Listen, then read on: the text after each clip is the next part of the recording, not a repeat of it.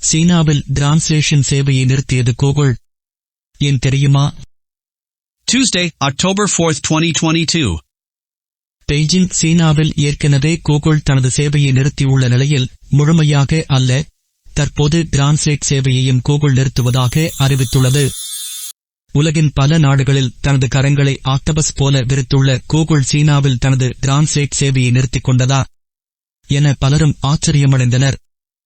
ஏற்கனவே ஆஸ்திரேலியா உள்ளிட்ட நாடுகளில் தொடர்ந்து குட்டு வாங்கியுள்ள கூகுளுக்கு சீனாவில் ஏற்பட்டுள்ள இந்த நெருக்கடியும் சறுக்கலாகவே பார்க்கப்படுகிறது. சேவை பிரபல சர்ச் என்ஜினான கூகுள் உலகம் முழுவதும் தனது கிளையை ஆழமாக பரப்பியுள்ளது. அதாவது நாம் இப்போது என்ன செய்து கொண்டிருக்கிறோம் என்பது கூட கூகுளுக்கு தெரியும்.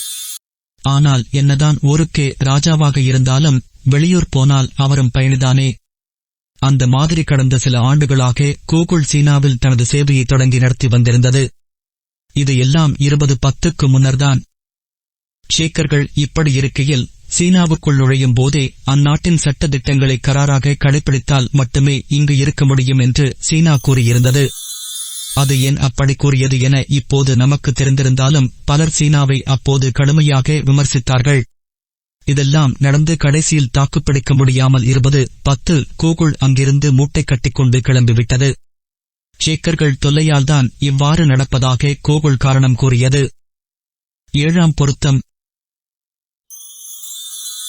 கூகுளையே ஹேக் செய்யும் அளவு அங்கு மென்பொறியாளர்கள் இருப்பதன் காரணமாக கூகுளை விட சிறந்த சீன அப்ளிகேஷன்கள் கூகுள் வழக்கும் சேவையை வழங்கின. ஆக இப்படியாக தொடர்ந்து கூகுளுக்கும் சீனாவுக்கும் 7ஆம் பொருத்தம் இருந்த நிலையில் தற்போது கூகுள் தனது டிரான்ஸ்லேஷன் சேவையையும் நிறுத்திக் கொள்வதாக அறிவித்துள்ளது. கடந்த 2017 அந்நாட்டில் கூகுள் இந்த சேவையை தொடங்கியிருந்தது. இவ்வாறு இருக்கையில் பைக்பெயிண்டர் என எழுதினால் கருப்பு பாந்தர் என மொழிபெயர்த்த கூகுளை அந்நாட்டு மக்கள் வைத்து செய்திருக்கிறார்கள். Google translation.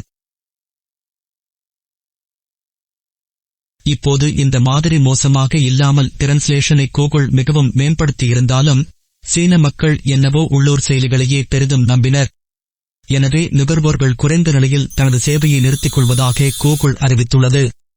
ஏற்கனவே ஆஸ்திரேலியாவில் கோடிக்கணக்கான ரூபாய் அபராதம், வடகொரியாவிடம் குட்டு என கூகுள் கால் வைத்த இடமெல்லாம் கண்ணிவெடி வைக்கப்பட்ட நிலையில் தற்போது சீனாவில் தனது சேவையை நிறுத்தியுள்ளது அந்நிறுவனத்திற்கு பெரும் பின்னடைவாக பார்க்கப்படுகிறது. தம்பி, இந்த மண்ணுல நாம பிறந்ததுக்கு ஒரு அர்த்தம் இருக்கணும்னா இந்த மண்ணுக்கு நாம ஏதாச்சும் திருப்பி செய்யணும்னு ஒரு நம்பிக்கைப்பா.